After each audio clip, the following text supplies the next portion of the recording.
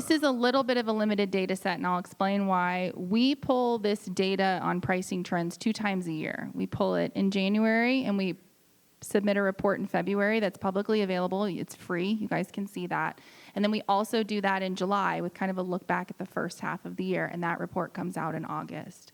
Now, we did a special exercise recently for CJP, and we looked specifically at our citation makes and models. So this data that you're seeing here is about 3 weeks old, but it's only for the citation makes and models because I had just recently pulled it.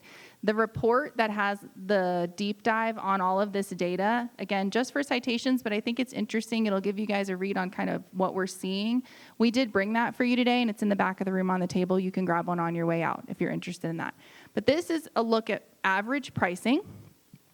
Again, we looked at the fourth quarter of 2022 and the first quarter of 23, and then we're comparing that to Q4 of 23 and Q1 of 24. Okay, so again, we're taking a 6-month slice and we're doing a year-over-year comparison. In markets with reduced prices, the average drop has only been 2.5%. Now, this makes no sense. If inventory has gone up 50%, right, you're thinking prices should be falling in line with that, and frankly, they're not. Values are really holding, and they're holding from unforeseen highs. So overall, the value of airplanes is still in a really good place. Now, are values starting to depreciate at a more normal cycle, which I would say is between 3.5% to 5% annually, is what we would typically give as guidance? Yes. So your airplane should be coming down in value. But your airplane went up in value so much, and now it's kind of normally coming down, you're still probably in a really good place financially, unless you purchased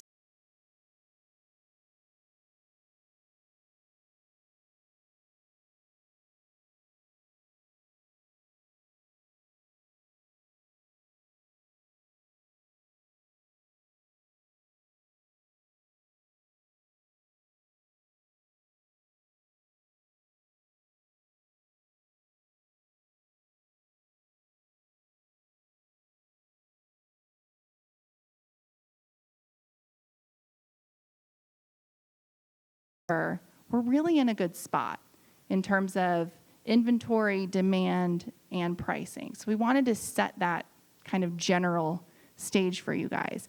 But as we move into the conversation, I want to actually, as we spoke about earlier, I want to kick it back to Candy and have her speak about what she has seen year to date in her markets and what she's seeing now. Because as many of these markets do, they cycle.